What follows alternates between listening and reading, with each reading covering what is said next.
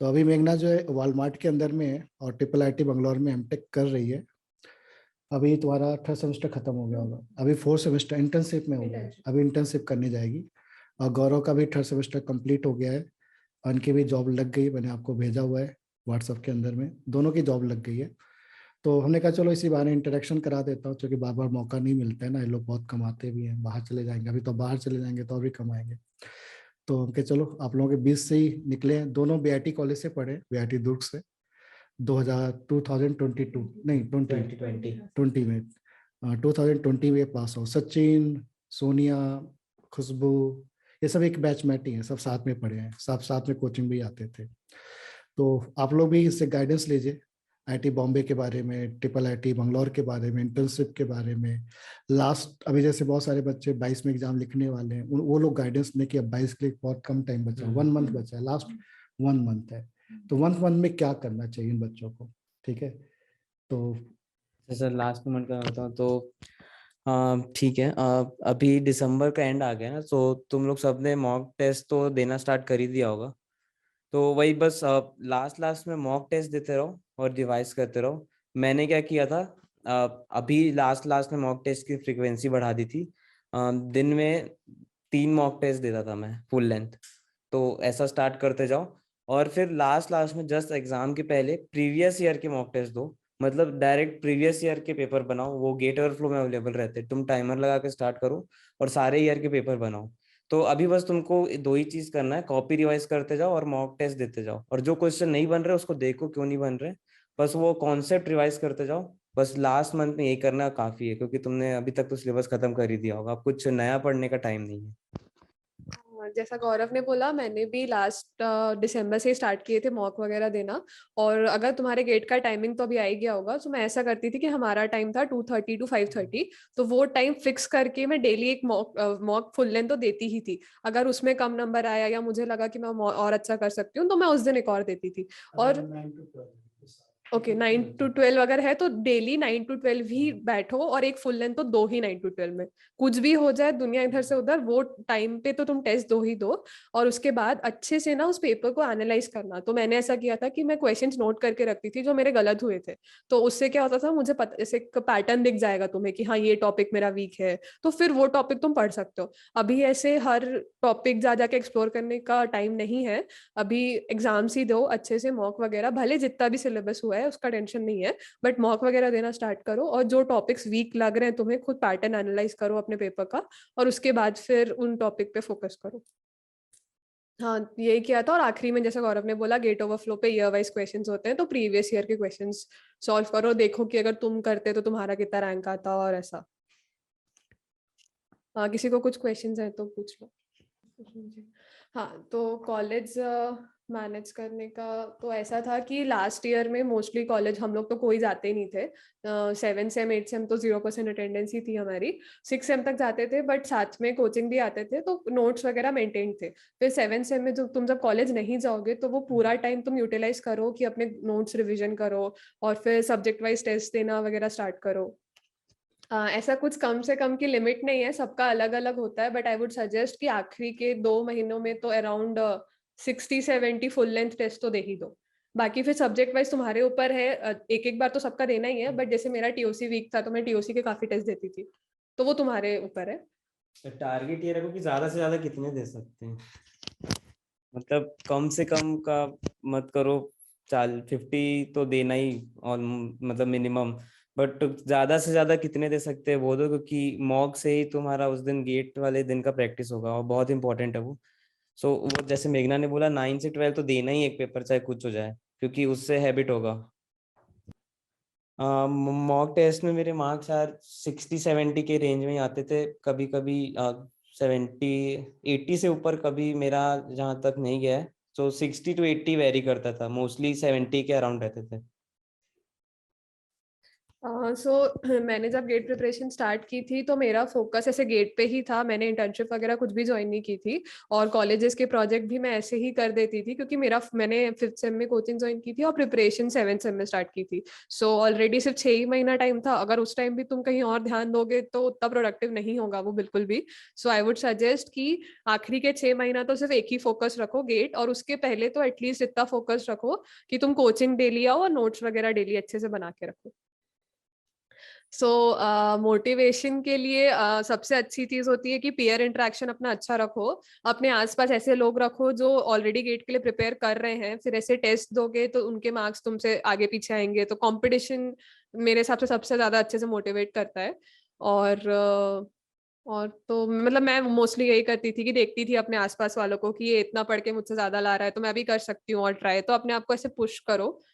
Motivation यार, मेरा तो ग्रुप था 3-4 लोगों का। हम लोग फ्लैट में, सेम फ्लैट में रहते थे, तो वही एक बड़ा मोटिवेशन था कि सबको साथ में करना है। कोई नहीं करता था तो दूसरा पुश करता था। बाकी अगर तुमको तुम्हारा ग्रुप नहीं मिल पा रहा है तो बनाओ ग्रुप, क्योंकि मेरे को लगता है ग्रुप इम्पोर्टेंट है।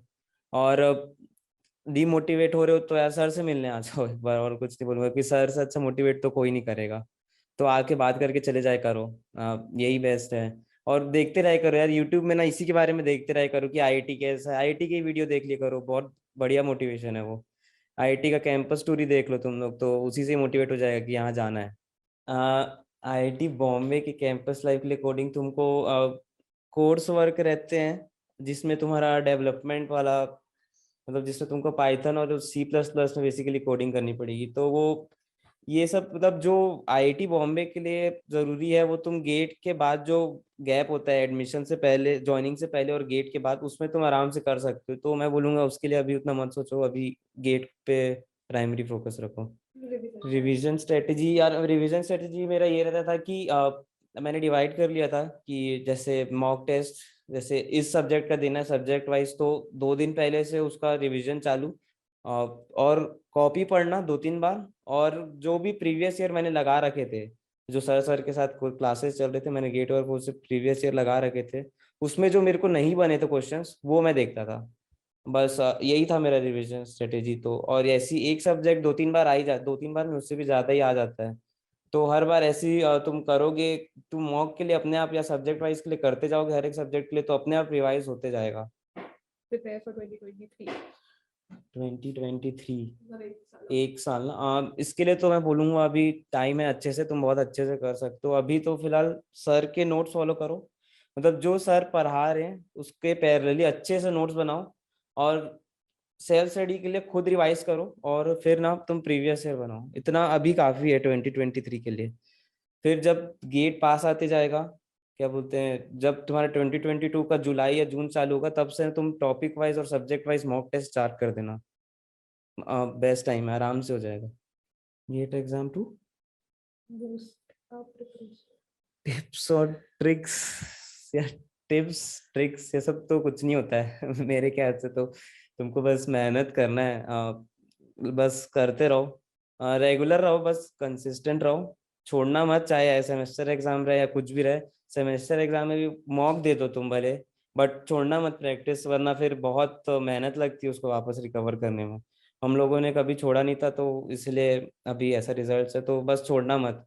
बाकी टिप्स तो ऐसा कुछ नहीं यार, रिवाइज करते रहो बस, और कुछ काम नहीं आएगा। Rank for IIT Bombay, general category के हो तो मैं बोलूँगा 100 के अराउंड, 120। इस बार तो शायद ज़्यादा गया था, इस बार का आइडिया नहीं। मेरे टाइम तो 120 तक गया था, फिर क्लोज हो गया था जनरल में। मेरा 283 था, तो मेरा ओबीसी के कारण हो गया था। तो ओबीसी का 400 तक जाता है। बाकी मेरे को SC ST का आइडिया नहीं है। जनरली AI ML का पैकेज ज़्यादा रहता है, क्योंकि अभी बूम में और सब डिमांड बहुत है, तो उसका पैकेज ज़्यादा रहता है। बट बेस्ट और CSE ऐसा नहीं, दोनों ही अच्छे हैं, दोनों जगह काम हो रहा है, दोनों का पोस्टिंग रहता है, दोनों ही अच्छे। तुम्हारे इंटरेस्ट पे डिपेंड करेगा, जो अभी समझ नहीं आएगा मेरे ख्याल से, क्योंकि अगर जॉब करे होगे तो शायद थोड़ा आइडिया होगा, बट अगर तुम फ्रेशर हो तो जब तक तुम कॉलेज में जाके उस लेवल का पढ़ोगे नहीं, दोनों चीजें पढ़ोगे नहीं, तब तक समझ नहीं आएगा कि कौन सा बेस्ट है। बेस्ट की बात नहीं, इंटरेस्ट की बात है, तो तुमको अगर तुम्हारा इंटरेस्ट समझ आ रहा है तो अच्छी बात है। हाँ, सो फोर्थ सेम में अगर आप अभी हो तो आपके पास टाइम है करने का। जो भी सब्जेक्ट सर पढ़ा रहे हैं, सर का सिलेबस काफी जल्दी कवर हो जाता है। So fourth sem fifth sem is the perfect time to start. आप ऐसे स्टार्ट करके कोचिंग से ऐसे लेक्चर्स वगैरह लेते रहो, और अपने नोट्स बनाओ, और उन नोट्स को ही थोड़ा थोड़ा रिवीजन करके प्रीवियस ईयर क्वेश्चन जैसे गौरव ने बोला उतना कर लो। और जब आपका टाइम आएगा सेवन सेम के अराउंड या सिक्स सेम के एंड में, तो सिक्स सेम के एग्जाम्स तो जल्दी हो जाते हैं, मई में हो जाते हैं गेस। उसके बाद फिर पूरा वो साल आपके पास रहेगा। सो उस साल में आप अपना खुद का रिवीजन सेल्फ स्टडी वाला जो प्रॉपर सेल्फ स्टडी है वो स्टार्ट करो। अभी आप नोट्स बनाओ फोर्थ सेम में, और साथ में क्या बोलते हैं, अपना खुद के क्वेश्चन प्रीवियस ईयर क्वेश्चंस वगैरह सॉल्व करो। बाकी फिर सिक्स सेम में इनफ, सिक्स सेम के एंड से इनफ टाइम रहेगा कि आप अपना खुद का प्रिपरेशन स्टार्ट करो, फिर सब्जेक्ट वाइज मॉक दो, फिर फुल लेंथ मॉक दो। अभी तो बहुत टाइम है। जो मैंने 2023 के लिए बोला वही बोलूंगी कि आप अभी अपने नोट्स वगैरह बनाते रहो अच्छे से। उसके बाद फिर जब आपका आखिरी के एक साल रहेगा तो आप अच्छे से ट्राई करना। और अभी तो सिक्स सेम में भी एग्जाम दे सकते हो, सो फोर्थ सेम से भी आप सीरियसली ट्राई कर सकते हो। ओके, सो मिस्टेक्स मेरे साथ ऐसी हुई थी कि एक मेरे को क्वेश्चन स्पेसिफिकली याद है, कंप्यूटर नेटवर्क का एक क्वेश्चन था। उसमें उसमें ऐसा कुछ था कि कुछ टाइम निकालना था। सो मैंने वो क्वेश्चन पढ़ा, और टाइम हमेशा कांस्टेंट रहता ही है 3 घंटे के पेपर में। तो मैंने वो क्वेश्चन पढ़ा, मैंने सॉल्व किया जल्दी जल्दी में, और मैंने ध्यान नहीं दिया कि उसमें पूछा था आफ्टर सम टाइम।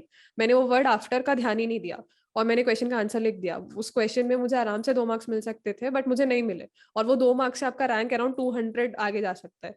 सो ऐसा मत करना कि जल्दी जल्दी में आप क्वेश्चन ही गलत पढ़ो। सो हमेशा एक अच्छा मेथड होता है कि आप प्रूफ रीडिंग करो। आपने कुछ क्वेश्चन पढ़ा, उसको एक बार नहीं 2 बार पढ़ो। तो ये सब चीजें करने के लिए आपको मॉक देना पड़ेगा। जितने ज्यादा मॉक दोगे उतना ज्यादा टाइम मैनेजमेंट आपका बेटर होगा। तो मेरे साथ ऐसा हुआ था कि मैं क्वेश्चन ऐसे आधे अधूरे पढ़ के मैंने 2 क्वेश्चन ऐसे गलत किए थे, कि मैं जल्दी जल्दी में क्वेश्चन ही गलत समझी। मेथड मेरा सही था, सॉल्व करने का सब सही था, इट्स जस्ट दैट मैंने कुछ कीवर्ड मिस कर दिया था। सो ये गलती मत करना। जितने ज्यादा मार्क दोगे उतना अच्छा टाइम मैनेजमेंट होगा और उतना कम गलतियां होंगी।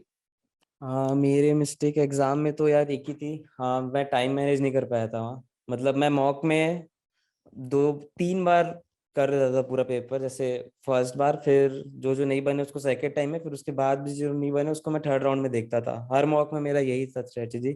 पर गेट में वहां पर क्या हुआ कि मैं सिर्फ एक ही बार गो थ्रू कर पाया, वरना उसके कारण मेरा 4-5 क्वेश्चन और बन जाता, मेरा पक्का टॉप 100 के अंदर रहता। मेरे को पूरा भरोसा था, क्योंकि मैंने आधे बना लिए थे क्वेश्चन जो मेरे छूटे हुए थे। तो ये मत करना, वहां पर मैंने थोड़ा टाइम लगा दिया बनाने में। तो ये एक मेरी मिस्टेक थी। बाकी तुम एमएनसी क्रैक करने के लिए यार तुमको पहले तो कॉम्पिटिटिव कोडिंग करनी पड़ेगी, और इंटरव्यू के लिए तुम्हारा जो बेस सब्जेक्ट्स जैसे ओएस हो गए, बेसिक सब्जेक्ट्स ओएस, डीबीएमएस और नेटवर्क, ये सबको स्ट्रॉन्ग करना पड़ेगा। तो ये 4 चीजें हैं, एमएनसी से ये पूछती हैं। कॉम्पिटिटिव कोडिंग, कोडिंग राउंड पहला रहेगा, फिर इंटरव्यू में ये सब पूछेंगे। सो गेट का ही पढ़ो, उससे बहुत हेल्प होगा। फिर स्पेसिफिक जब तुम कोई कॉलेज में जाओगे और एमएनसी के लिए प्रिपेयर करोगे तो ज़्यादा मेहनत नहीं लगेगी। Third same 80+।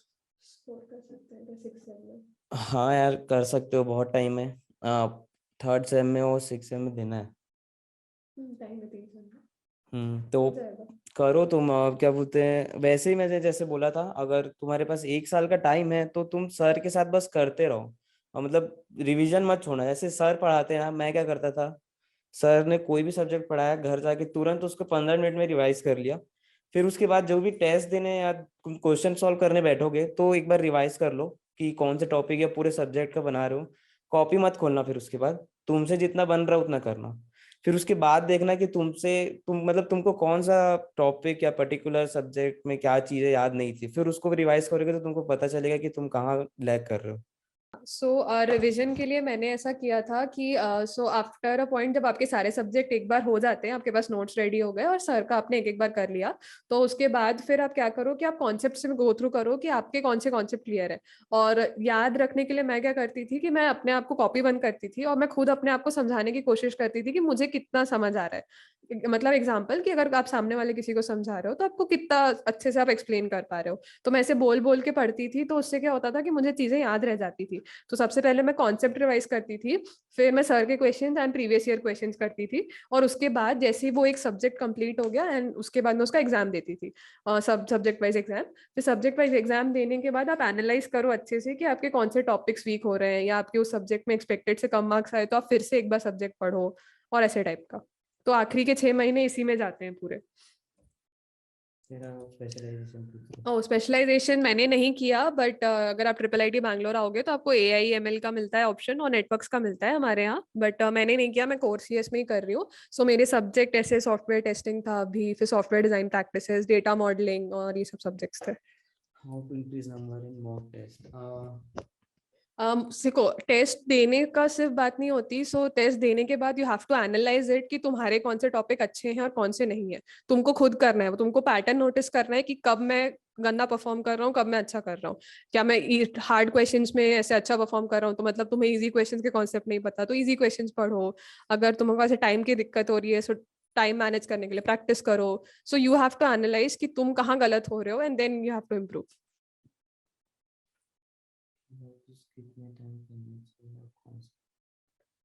Previous years GATE Overflow में जितने हैं, आई थिंक एक बार तो मिनिमम ही करना चाहिए, बट मैंने आई थिंक 3-4 बार तो किए थे। 3-4 बार तो कर लो, मतलब एक बार जब नोट्स बना रहे हो तब करो, उसके बाद जब रिवीजन कर रहे हो तब करो, फिर फाइनली मैंने जनवरी में भी एक बार फिर से किए थे प्रीवियस ईयर्स। कौन से ईयर्स तक? I think around 20। 10-11 मैक्सिमम बस, हाँ क्योंकि हाँ, उसके उसके पहले का पैटर्न थोड़ा अलग था, सिलेबस भी अलग था। सो अराउंड 10 साल पहले का तो कर लो। 2010 10 तक, 2010। सिलेबस को टाइम पे खत्म करने का बेस्ट तरीका। सर के साथ फॉलो करो सब, क्योंकि सर एकदम ही टाइम पे सब चीजें कराएंगे तुम्हें। ज्यादा फास्ट भी नहीं होगा, वो ज्यादा स्लो भी नहीं होगा, बस सर के साथ चलते रहो, सब खत्म हो जाएगा। कौन से सब्जेक्ट से एमटेक किया? बताते हो। गलती वाला तो बता दिया यार कि प्रिपरेशन के टाइम गलती क्या की थी। मैं बोलूंगी कि मैंने मॉक टेस्ट इनफ नहीं दिए थे, सो मेरे को और देना चाहिए था, मेरे को थोड़ा और पहले प्रिपरेशन स्टार्ट करनी चाहिए थी। बस प्रैक्टिस की कमी थी, बाकी तो कॉन्सेप्ट वगैरह का तो कोई से दिक्कत नहीं था।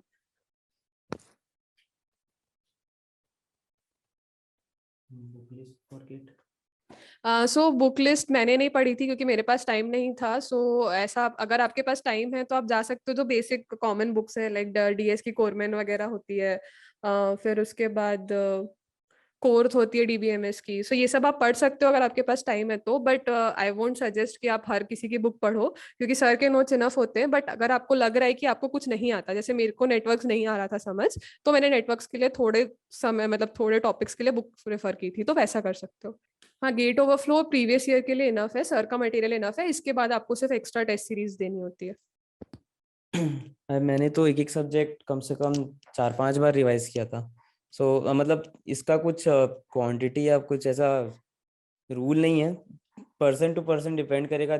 जितने बार में तुमको एक एक चीज याद हो जा रही है, तुम रिकॉल कर पा रहे हो, उतने बार रिवाइज करो, मैं तो ये बोलूँगा। मेरी जॉब की फील्ड सॉफ्टवेयर डेवलपमेंट नहीं, R&D है। मेरा कंपनी टेलीकम्युनिकेशन बेस्ड है, सो स्टार्टअप है। तो मेरा काम बेसिकली 5G पे है। डेली रिवीजन करना जरूरी है, बट डेली सेम सब्जेक्ट को रिवाइज करो मैं नहीं बोलूँगा, अगर तुम अभी दे रहे हो 2022 में, क्योंकि डेली तुम एक ही सब्जेक्ट को नहीं रिवाइज कर सकते। तुम उसको अच्छे से, तुम उसको ज्यादा रिवाइज करो जो तुम्हारा वीक है। जो याद है उसको बार बार रिवाइज करने का कोई सेंस नहीं है। तुमको सब जैसे मेरा C था, मेरे को सब याद था उसमें, सो मैंने उसको कभी रिवाइज नहीं किया। तो तुमको जैसे याद है सब चीजें, तो तुम उसको रिवाइज करो, वरना मत करो। जैसे OS और CN में फॉर्मूलाज थे जो याद रहने चाहिए क्वेश्चन बनने के लिए, डायरेक्ट डायरेक्ट क्वेश्चन पूछते कभी कभी। सो ये सब चीजें रिवाइज करो बस। हाँ, कुछ कुछ कंपनियां लेती हैं ऐसा। जैसे कुछ कुछ कंपनियां आई थी, जैसे माइक्रोसॉफ्ट ही था, उसने ML पोस्ट के लिए ML का कोडिंग ही दिया था। 2 क्वेश्चन दिए थे, ML बेस्ड कोडिंग थी, क्लस्टरिंग का था। सो वैसे कुछ कोडिंग रहते, बट सारी कंपनियां नहीं रहती। बहुत सारी ऐसी कंपनियां भी थी जिन्होंने ML और AI बेस्ड के लिए कॉम्पिटिटिव कोडिंग का ही एग्जाम लिया था। So company to company depend करता है।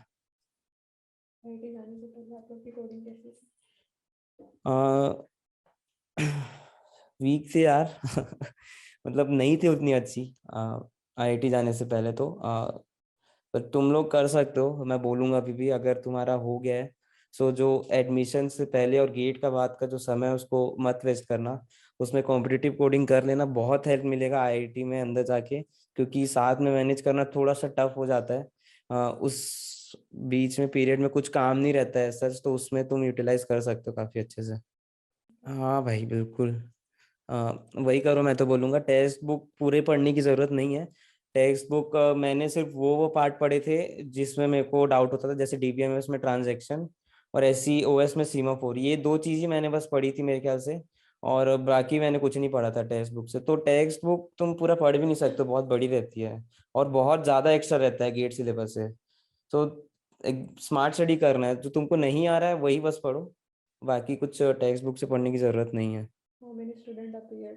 8 lakh कह रहे हैं। अराउंड 1 लाख ना, है ना? हाँ, हमारे टाइम में तो 1 लाख लोगों ने दिया था। 762 पैकेज हम नहीं बता सकते यार, but कंपनी टर्म्स subjects है। what is that? Subjects बता दो। What are the subject during MTech CSE? और एमटेक सीएसई मेरे आईआईटी बॉम्बे में तो यार बहुत वास्ट है, मतलब हर एक सब्जेक्ट है। हमारा ऐसा है कि आप हम कुछ भी चूज कर सकते हैं हमको जो पढ़ना है, तो एआई भी है, एमएल भी है, सिस्टम्स भी है, कंपाइलर्स भी, सब फील्ड में सब सब्जेक्ट्स है। तो हमको तो लिस्ट मिलती है 70 सब्जेक्ट्स की, उसमें से जो लेना है ले सकते हो। तो मैंने तो वैसे ही मतलब चूज करके किया था। इन लोग का शायद फिक्स सब्जेक्ट रहता है, तो बता दे।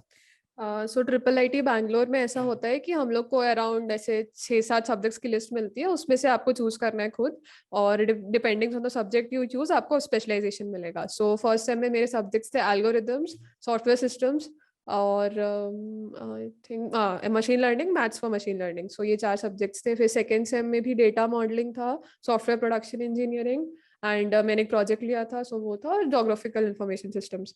थर्ड सेम भी ऐसे software design patterns and cyber security था मेरा। So it's up to you कि आप कौन सा सब्जेक्ट चूज करते हो। आपको बहुत वाइड रेंज मिलेगा कि आपको अगर AIML जाना है तो उसके सब्जेक्ट्स मिलेंगे, अगर आपको कोर CS करना है तो उसके मिलेंगे, नेटवर्क्स के भी मिलेंगे। Verbal ability.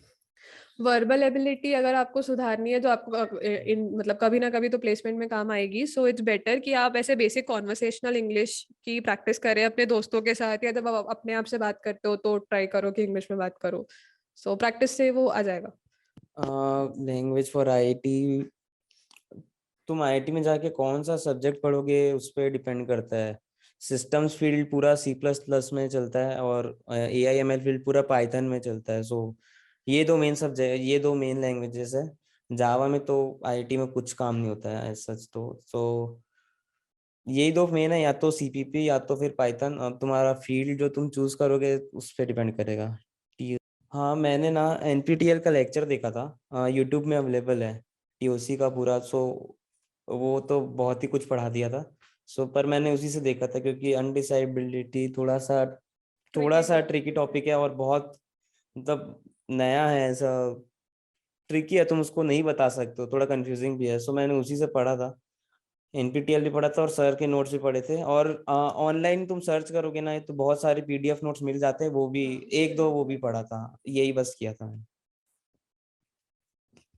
सो देखो, आप तो जैसा बोल रहे हो कि सॉफ्टवेयर डेवलपमेंट और AIML एक्चुअली सब कंप्यूटर की ही ब्रांचेस है। तो ऐसा मत सोचो कि अगर आप गेट के लिए पढ़ रहे हो तो AIML आपका मतलब, अगर आपको AIML जाना है तो ऐसा नहीं कि गेट का नहीं पढ़ना पड़ेगा, कोर सब्जेक्ट्स यही है। AIML बस थोड़ा मैथ्स बेस्ड ज्यादा होता है, पर उसके लिए भी आपको लीनियर अलजेब्रा आना ही चाहिए, जो कि गेट में आप पढ़ोगे।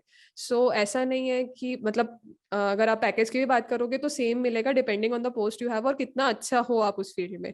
AIML is a very vast field, और उसमें अगर आपको काम करना है तो आपको बहुत ज्यादा मैथ्स ओरिएंटेड चीजें पढ़नी पड़ेंगी। Software development on the other hand, अगर आपने गेट पढ़ा है तो थोड़ा इजी पड़ेगा, क्योंकि ज्यादा कॉन्सेप्ट्स यूज होते हैं उसके।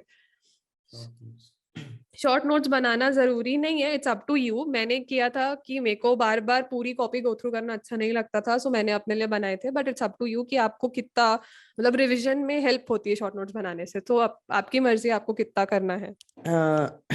हैकिंग का कोई सब्जेक्ट नहीं है ऐसे, पर सिक्योरिटी वाला सब्जेक्ट है, साइबर सिक्योरिटी और क्रिप्टोग्राफी। सो हैकिंग नहीं बोलूंगा मैं उसको, बट सिक्योरिटी बेस्ड सब्जेक्ट्स हैं।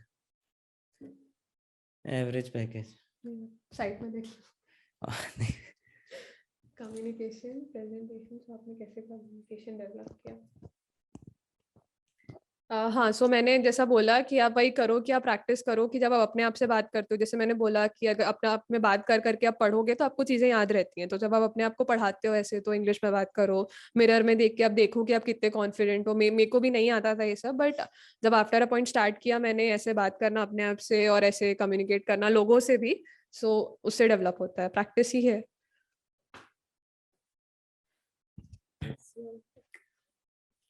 पीएससी और एमटेक का आपके इंटरेस्ट पे, आपके एम पे, या आपको आगे क्या करना है उस पे डिपेंड करता है। दोनों ही अच्छा है मैं तो बोलूँगा।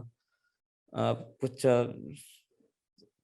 मतलब कुछ किसी का डिसएडवांटेज नहीं है। आप क्या करना चाहते हो वो, पीएसयू भी अच्छा है। बहुत लोग पीएसयू चुनते हैं जिनको आगे पढ़ना है, जिनको प्राइवेट, अगर आपको प्राइवेट में काम करना है तो मैं एमटेक बोलूँगा, वरना पीएसयू भी बहुत अच्छा है।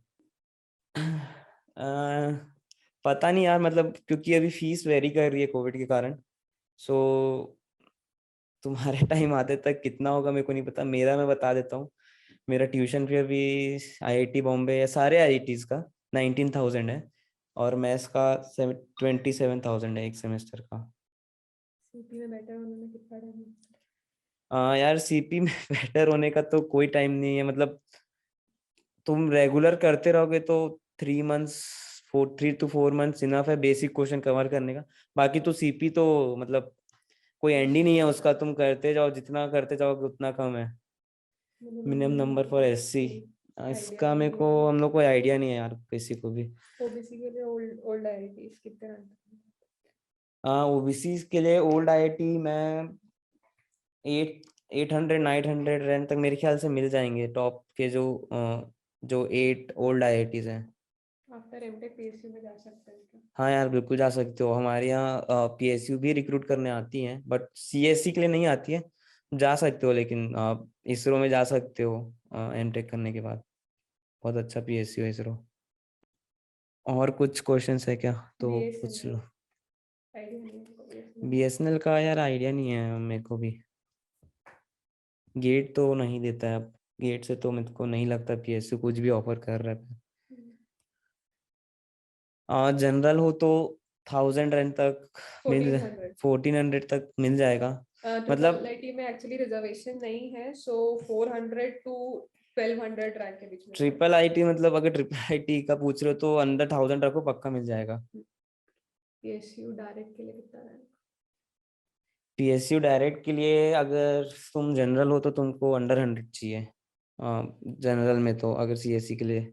और ओबीसी में मेरे ख्याल से, मेरे को जितना तक पता है 300 तक तो मैक्सिमम जाता है। मतलब 300 तक तो जाता ही है, और जाता होगा तो मेरे को आइडिया नहीं है अभी। सब्जेक्ट टेस्ट देना कब से चालू किया? अब तुम जितना जल्दी चालू करोगे उतना बेहतर है मैं तो बोलूंगा। मतलब कोई जल्दी नहीं है। हाँ, तुम्हारा जैसे एक सब्जेक्ट हो गया तो तुम उस पे मॉक दे दो, तुम हेल्प ही होगा। जितना जल्दी मॉक टेस्ट दोगे तुम उतना ज्यादा टेस्ट दे पाओगे, जो तुमको एट द एंड गेट के दिन हेल्प करेगा। एक साथ 2 सब्जेक्ट कैसे मैनेज करें? अगर सर का, अगर कोचिंग में मतलब कोचिंग में अगर चल रहा है तो सर के साथ चलते जाओ। 2 सब्जेक्ट पैरेलली करने हैं तो। और अगर तुमको अलग अलग करने हैं तो डिवाइड कर दो कि मैं इस दिन इस सब्जेक्ट का ये वाला टॉपिक खत्म करूंगा ही। और तुम 3-3 घंटे दोनों सब्जेक्ट को दे दो, काफी है 6 घंटे मेरे ख्याल से। यार मैंने पहले भी बोला था कि मिनिमम का तो, ऐसे मिनिमम का क्वेश्चन नहीं रहना चाहिए। मतलब जितना दे सकते हो उतना दो, बट कोशिश करो कि 40-50 तो दो at least. GATE Overflow, GATE Overflow CS के लिए बेस्ट साइट है। बुक और साइट गेट ओवरफ्लो, उससे ज्यादा सही चीज नहीं मिलेगा तुमको कहीं। कहीं और नहीं देखना, बस सीधा GATE Overflow. GATE applied test series. GATE applied कह रहे अपन, हम दोनों ने तो नहीं लिया था, और हमारे बैच में से किसी ने भी नहीं लिया था, तो किसी का आइडिया नहीं है। मेड इजी और एसी लिया था, और सर के टेस्ट सीरीज, बस ये 3 ही टेस्ट सीरीज दिए थे हम लोगों ने तो। पीडीएफ भी आती है। बुक ऑर्डर हो जाती हाँ, है। ऑर्डर भी जाती तो हार्ड कॉपी भी मिल जाएगा तुमको। सॉफ्टवेयर सॉफ्ट कॉपी भी मिल जाएगा, उसी की साइट में मिल जाएगा। सब उसी की साइट में है गेट ओवरफ्लो की। आईटी में बहुत अच्छा होता है यार आईटी में प्लेसमेंट। मतलब आईटी के प्लेसमेंट्स कैसा होता है, मतलब मैं इसका आंसर क्या दूं। अच्छा होता है ऑब्वियसली, आईटी है वो, बहुत अच्छे होते हैं। Average package, minimum average package अभी आया नहीं है मेरे बैच का। मिनिमम मैं बता रहा हूँ तुम्हारा 15 to 16 लाख तो लगेगा ही, तो अच्छा ही है वो। मैंने तो इनफैक्ट 1 साल से कम में ही प्रिपेयर किया है, सो मैं बता देता हूँ। एक एक सब्जेक्ट ही करते जाता था मैं अपना बता रहा हूँ। 1 वीक सफिशिएंट है एक सब्जेक्ट कवर पूरा खत्म करने के लिए। पहले तुम सर के नोट्स पूरा पढ़ो, वो 2-3 दिन में हो जाएंगे, और वो साथ में पढ़ते रहो। उसके बाद फिर प्रीवियस ईयर चालू करो और टेस्ट सीरीज दो। 1 वीक में तुम कॉपी पढ़ के और प्रीवियस ईयर के पूरे गेट और फ्लो से लगा के और टेस्ट वाइज और सब्जेक्ट वाइज दोगे, तो मेरे ख्याल से सारे कवर, मतलब 1 हफ्ते सफिशिएंट है पूरा एक सब्जेक्ट कवर करने में। तो तुम्हारा मैक्सिमम, मैं भी मान के चलो वर्स्ट केस में तो 5 to 6 मंथ में पूरा कोर्स हो जाएगा। उसके बाद तुम सिर्फ मॉक दो और रिवाइज करते रहो। मैंने प्लेसमेंट के टाइम सबसे पहले तो लीड कोड से ही स्टार्ट किया था। टॉप इंटरव्यू क्वेश्चन सबसे पहले किए थे, उसके बाद मैंने इंटरव्यू बिट किया था, और उसके बाद लीड कोड के कॉन्टेस्ट वगैरह देती थी मैं सैटरडे संडे वाला। सर के नोट्स कितने टाइम किए थे वो आपके ऊपर है कि आपको कितने टाइम के बाद याद हो जाता है अच्छे से कि क्या कॉन्सेप्ट है। और आई वुड सजेस्ट कि आप फॉर्मूले, जैसे कुछ कुछ फॉर्मूलेज डायरेक्ट यूज होते हैं, बट फॉर्मूले जैसे सीओए सब्जेक्ट है उसके ऐसे फॉर्मूलेज डायरेक्ट मत रट के जाना, क्योंकि वहां पे घूम के क्वेश्चन आ सकते हैं। सो रादर देन दैट आप कॉन्सेप्ट समझ लो कि कैसे कैश में जैसे डेटा जाता है वगैरह वगैरह, तो आप वहां पे जाके खुद से फॉर्मूलेज बना सकते हो। हमारे टाइम पे भी एक क्वेश्चन आया था सीओए का, जिसमें खुद से बना के फॉर्मूला निकाल के देन वैल्यूज पुट करके आंसर निकालना था। सो वैसे सब सब्जेक्ट के लिए आप देखो कि आपको कितने टाइम के बाद अपने आप कॉन्सेप्ट आपके दिमाग में बैठ रहा है क्लियर कर। सो वो आपके ऊपर है। डेली रूटीन, जैसे बोला इसने बार बार, हम लोग ने बार बार बोला जैसे कि सुबह हम लोग ऐसी क्लास अटेंड करते थे, उसके बाद क्लास में जो सर ने कराया वो रिवीजन करते थे। 1 साल तक तो ऐसे ही चला। उसके बाद जब आई पारी पढ़ने की, तो सबसे पहले वही कॉन्सेप्ट्स पढ़े सर के, फिर प्रीवियस ईयर क्वेश्चन सॉल्व किए, ऐसे करके एक एक सब्जेक्ट कंप्लीट करते गए। और हर संडे सर का सब्जेक्ट वाइज टेस्ट होता था। उस वीक का एम रहता था कि वो सब्जेक्ट कंप्लीट करना है। वैसे करके सब्जेक्ट्स कंप्लीट करते गए, देन फुल लेंथ पे आए, फिर अपने जो वीक टॉपिक्स थे वो अच्छे से किए एंड ऑल दैट।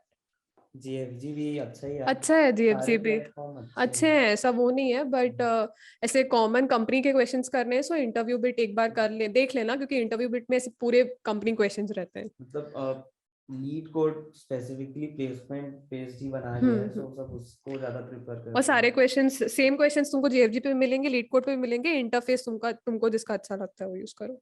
आपसे कोडिंग राउंड में कौन से टॉपिक से क्वेश्चन? मेरा तो एक एरे का क्वेश्चन था और एक ग्राफ का क्वेश्चन था।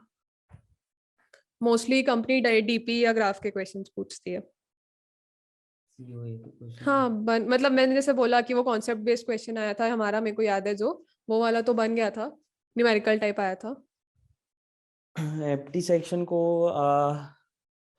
मैंने एम किया था कि 15 मिनट, 15 मिनट, हाँ 15 मिनट में पूरा एप्टी वाला सेक्शन हो जाना चाहिए। और वो डेफिनेटली मार्क्स स्कोरिंग होता है मतलब उसका सही attempt बनाना करना। है, क्योंकि वो इजी रहते हैं और स्कोरिंग रहते हैं, इसलिए सीओए के तो यार मेरे सारे क्वेश्चन बन गए थे गेट में। यार अंडर 100 चाहिए अगर जनरल वाले हो तो, आईटी बॉम्बे के लिए तो 100 के आसपास, 120। कौन सी कंपनी में प्लेस रहता है?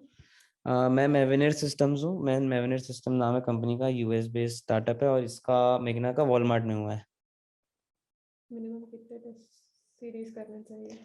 टेस्ट सीरीज मेड इजी मैं बोलूँगा लेना ही, और क्योंकि मेड इजी के कॉन्सेप्ट्स और क्वेश्चन अच्छे रहते हैं, मतलब नए बहुत सीखोगे। क्वेश्चन रहते हैं। हाँ, और सर की टेस्ट सीरीज ये दो, और एज तुम लेना चाहो तो ले सकते हो। ये इसको मैं उतना फोकस इसलिए नहीं करूंगा क्योंकि आप थ्योरी क्वेश्चंस अगर पढ़ने हैं तो एस अच्छा है, मतलब थ्योरी वाले क्वेश्चंस पे ज्यादा।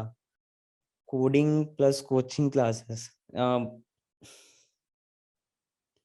हमने तो दोनों ने 6 सेम में ज्वाइन किया था, तो उतना टाइम नहीं था कि कोडिंग और कोचिंग दोनों को साथ में करे। प्रायोरिटी अभी आईटी था, मतलब गेट निकालना था, तो हमने कोचिंग को प्रेफरेंस दिया। कोडिंग प्लस कोचिंग साथ में कैसे, कोई आइडिया नहीं है। प्लेसमेंट के इंटरव्यू में कौन जो जो तुम अभी सब्जेक्ट पढ़ रहे हो वही पूछते हैं यार, प्लेसमेंट के इंटरव्यू में भी कुछ अलग नहीं पूछते हैं। तुम यहाँ से नोट्स बना के जाओगे और वही नोट्स को वहाँ रिवाइज कर दोगे तो सेम जैसे मैं बता रहा हूँ सीमा 4 पूछा था और डीबीएमएस में भी कुछ रिलेशनल डीबीएमएस पूछते हैं। सो और ये सब चीजें थ्रेड ओएस ये सब यही सब पूछते हैं। सो और एप्टी भी रहता है कोई कोई में कोई कंपनी में कोडिंग एप्टी राउंड भी रहता है। सो यही जो तुम गेट पढ़ रहे हो उसी को तुम तैयार कर लोगे तो वही रहता है। Medici previous year book use कर सकते हैं क्या? हाँ यार कर सकते हो, कर सकते अगर हो। गेट ओवरफ्लो अवेलेबल नहीं हो पा रही है तो कर सकते हो, बट मैं बोलूंगा कि गेट ओवरफ्लो को प्रेफरेंस दो। क्योंकि उसके सॉल्यूशंस काफी डिटेल्ड रहते हैं एंड पूरा कॉन्सेप्ट समझ आएगा उसका सॉल्यूशन पढ़ने पे। बेसिकली गेट ओवरफ्लो को पूरी मतलब बच्चे और कम्युनिटी मिलके ही बनाते हैं उसके सारे सॉल्व, तो उसके ज्यादा चांसेस रहते हैं, पूरा वोटिंग वोटिंग से उसके सॉल्यूशन बनते हैं। यार ये भी बहुत सब्जेक्टिव है, मतलब पर्सन टू पर्सन डिपेंड करता है। मैं मेरा बता देता हूँ। मेरे को मैथ्स में बहुत डिफिकल्टी की थी, बाकी सब में तो मेरे को ऐसा कुछ प्रॉब्लम नहीं हुआ था, बट जो मैथ्स के परम्यूटेशन और कॉम्बिनेशन वाला पार्ट था वो नहीं बनता था मेरे से। तो सो मेरे को उसमें इजी मैं बोलूंगा सी है, मतलब मेरे को लगता है कि सबके लिए होना चाहिए, क्योंकि कुछ बस तुमको ड्राई रन करना है और बहुत वेटेज भी है सी और डीएस का। सो सी और डीएस को तो मैं तो बोलूंगा हर क्वेश्चन सही होना चाहिए, बहुत स्कोरिंग सब्जेक्ट है और बहुत ईजी है। सो क्वेश्चन वही सब्जेक्ट अगर आप पूछोगे सो सबसे इजी मेरे को भी CDS लगता था, क्योंकि काफी बेसिक सब्जेक्ट्स हैं और उसमें स्कोर कर सकते हो अगर आपके कॉन्सेप्ट्स क्लियर है तो। टफ मुझे आडा लगता था, क्योंकि मुझे टाइम कॉम्प्लेक्सिटी का कॉन्सेप्ट उतने अच्छे से क्लियर नहीं हुआ था, जो मुझे काफी लेट हुआ आगे जाके। सो इट्स रिलेटिव कि आपने किस में ज्यादा मेहनत की और आपके कॉन्सेप्ट किस में ज्यादा क्लियर है। बट आई वुड सजेस्ट कि आप सारे सब्जेक्ट्स करना, कोई भी सब्जेक्ट छोड़ना मत, बिकॉज यू नेवर नो कि आपसे एग्जाम में कौन सा बने कौन सा नहीं बने। यस यस, अगर एक बार आपका गेट क्लियर हो गया उसके बाद आपके पास बहुत टाइम रहेगा कोडिंग ठीक करने के लिए, उसकी कोई टेंशन मत लो। एक बार गेट क्लियर कर लो तो आपको एक बहुत अच्छा प्लेटफॉर्म मिल जाता है जहाँ पे आपको इजिली कंपनीज अप्रोच कर सकती हैं। सो आफ्टर दैट बहुत टाइम है। I think 4 to 5 months is enough अगर आपको कैंपस प्लेसमेंट चाहिए कई अच्छी कंपनी में तो कोडिंग के लिए। अगर आपसे रिवीजन के बाद भी नहीं बन रहे हैं सो आप देखो कि आपसे कौन से टॉपिक के क्वेश्चंस नहीं बन रहे हैं, देखो कि आपकी सिली मिस्टेक के कारण है वो, तो आप पेशेंट अपना इंप्रूव करो और पेशेंटली क्वेश्चन सॉल्व करो। अगर ऐसा हो रहा है कि आपको कॉन्सेप्ट ही नहीं समझ आ रहा है सो उस कॉन्सेप्ट के बारे में यूट्यूब से पढ़ लो, या तो फिर सर से एक बार फिर से पूछ लो, या तो फिर बुक पढ़ लो। जो भी है आप रियलाइज करो कि आपसे क्यों नहीं बन रहा है रिविजन के बाद भी क्वेश्चन, क्या आप भूल जा रहे हो मतलब और रिविजन की जरूरत है। अभी 2021 चल रहा है ना। सो 2022 के लिए आप अभी तो सिर्फ टेस्ट सीरीज दो, बार बार अपने रिवीजन पे फोकस करो, अपने वीक पॉइंट्स आप खुद नोटिस करो कि क्या कौन से वीक पॉइंट्स हैं और उसको बार बार पढ़ो, रिवीजन करो, और आखिरी में गेट ओवरफ्लो के previous year questions previous year papers बना लेना। स्ट्रैटेजी हम लोग ने जो बताई वही है कि पहले 1 साल तो आप सर के नोट्स ही फॉलो करो और सर के साथ साथ क्लासेस करते रहो, साथ में जो सर पढ़ा रहे हैं पढ़ते रहो, एंड आफ्टर अ पॉइंट आपका सिलेबस कंप्लीट हो जाएगा, उसी समय आप सब्जेक्ट वाइज चालू करो पढ़ना, and after subject wise full length mock test. Competitive coding के आपको ऐसे कोर्सेज वगैरह ऑनलाइन मिल जाएंगे, अगर आपको वो प्रेफर करना है तो कर सकते हो, बट स्टार्ट अच्छा लीड कोड से मिल सकता है, क्योंकि उसमें टॉप इंटरव्यू क्वेश्चंस जो हैं वो कॉमनली आस्क्ड क्वेश्चंस हैं, एंड उसमें आपको हर लेवल के मिलेंगे, इजी मीडियम हार्ड। सो आप इजी से स्टार्ट करके फिर हार्ड पे जा सकते हैं, एंड फिर प्रीवियस ईयर के देखने हैं तो इंटरव्यू बिट, फिर कोड शेफ के कॉन्टेस्ट होते हैं, लीड कोड के भी सैटरडे संडे कॉन्टेस्ट होते हैं, सो उसमें अपना रैंक नोटिस करो। मेड इजी के mock test I think subject wise तो जून जुलाई से अवेलेबल हो जाते हैं, फुल लेंथ थोड़ा टाइम लगता है, बट वो भी कुछ कुछ अवेलेबल रहते हैं, फिर जैसे जैसे आप आगे बढ़ते रहोगे तो सारे अनलॉक हो जाते हैं। ओके, सो शॉर्ट नोट का ऐसा था, मैंने क्या किया था, मैं सबसे पहले सर क्वेश्चन करा के उसके मतलब टॉपिक कॉन्सेप्ट समझा के उसके फिर क्वेश्चंस कराते हैं, राइट। सो मैंने शॉर्ट नोट सबसे पहला जो बनाया था उसमें क्या किया था कि मैंने न्यूमेरिकल्स कुछ भी नहीं लिखे थे, मैंने बस कॉन्सेप्ट लिखे थे, और अपने सर हमें तो अपने वर्ड में पढ़ाते हैं, बट मैं जैसा समझी थी मैंने अपने वर्ड्स में उस कॉन्सेप्ट को क्लियर करके खुद से लिखे थे। तो सिर्फ कॉन्सेप्ट्स थे मेरे पहले वाले शॉर्ट नोट में। उसके बाद जो मैंने फिर बनाया एक और बार, उसमें सिर्फ मैंने ऐसे कीवर्ड्स लिखे कि इसके अंदर ये आता है, इसके अंदर ये आता है। सो ऐसे मैंने बहुत सारे मतलब 2-3 लेवल के शॉर्ट नोट्स बनाए थे, ताकि मेरे लिए इजी हो रिविजन करने में, और वो शॉर्ट नोट्स सिर्फ मैं ही पढ़ सकती थी क्योंकि वो मेरे वर्ड्स में थे। सो आप अपने वर्ड्स में लिखो कि आपको हो सकता है कोई एक कीवर्ड आपके दिमाग में हो जिससे आपको पूरा कॉन्सेप्ट स्ट्राइक हो जाए, सो वो कीवर्ड आप लिख के रखो, like that. Syllabus I think October तक तो आप फिनिश कर लो, एक बार मतलब एटलीस्ट सब सब्जेक्ट का एक बार सब्जेक्ट वाइज टेस्ट वगैरह दे के एकदम अच्छे से प्रीवियस ईयर कर करके अब सितंबर अक्टूबर तक तो किसी भी हाल में फिनिश कर लो, ताकि आपके पास नवंबर दिसंबर जनवरी रहे फुल लेंथ के लिए और अपने वीक पॉइंट्स इंप्रूव करने के लिए। ओके, सो अगर टॉपिक वाइज बना रहे हो तो पहले बार लॉन्ग होगा वो, बट अगर आप सेकंड इटरेशन थर्ड इटरेशन तक जाओगे तो वो और शॉर्ट होता रहेगा। इट्स अप टू यू कि आपको कौन सी चीजें याद रखनी है। शॉर्ट नोट्स इज समथिंग कि आपको क्या याद नहीं रहता है, ताकि मैं ये देखूं और मुझे याद आ जाए।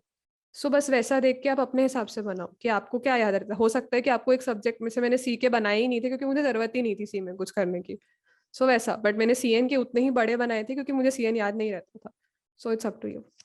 सो गूगल ऐसे स्पेसिफिक कुछ अलग से नहीं पूछती है, सारी कंपनीज का वही है कि आपको टेक्निकल आना है। सबसे पहले तो आपको एक अच्छा कोई कॉलेज चाहिए, प्लेटफॉर्म चाहिए जहाँ पे आप इजीली गूगल आपको अप्रोच कर सके।